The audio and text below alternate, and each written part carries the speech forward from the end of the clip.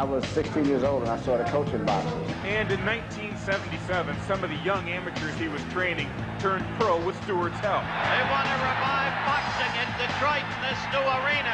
And kids like this kid and Tommy Hearns will do it. World titles followed. First it was Hilmer Kenty. 6 months later, it was Tommy Hearns' turn. That's all. The fight is over. It ends in the second round. A boxing dynasty had taken shape. Here in Detroit, we were cranking out world boxing champions, much like the automobile plants was cranking out cars. Big headline stories all over the United States. Young Detroit coach on introducing champions.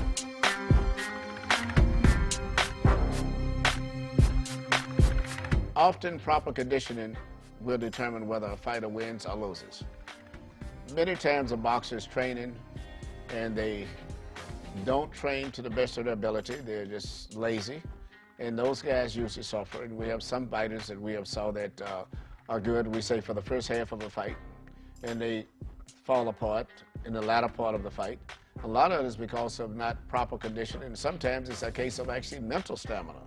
It's very important that a boxer boxes to the point where he gets a little exhausted and then he continues to box. It's what you can do while you're tired and exhausted.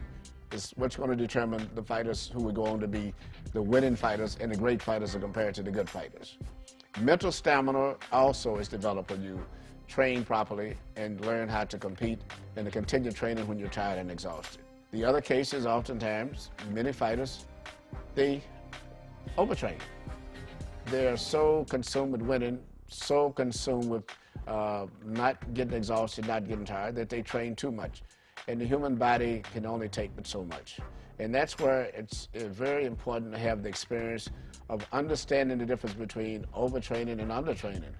A lot of times you will see a fighter that's training, in the beginning of his training, everything is sharp and crisp, and in the latter stages of the training, everything is slow, he's sluggish, he's getting hit with punches from the same sparring partners that he was beating so easy maybe weeks ago. And it's simply because his body is too fatigued. I had the experience of dealing with a situation where my fighter was overtrained in 1981 when Thomas Hearns and Sugar Ray Leonard fought their first fight. Thomas Hearns so concerned about being in great condition for his big super fight that he wanted to train by running in the morning, boxing 8, 9, 10, 12 rounds with top boxers in the afternoon, and then he wanted to run again in the evening. And as a result, he came into the fight overtrained, weighed in 2 pounds under the limit, which surprised everyone. Ray Leonard was bigger than him. And if you remember that fight, Thomas Hearns was not a big welterweight. That was the first time that Thomas was a skinny welterweight. And going down the stretch, he did not have the energy or the strength to hold off a strong fighter such as Sugar Ray Leonard. And Sugar Ray came on. And if you look at the fight, even when it ended, Hearns was just weak. And it's a very important thing to know when your fighter has peaked and to know when he hasn't peaked. And that really comes from experience. A boxer should leave the gym not totally exhausted and not being weak where he can't hardly do anything. That means that he's usually overtrained often.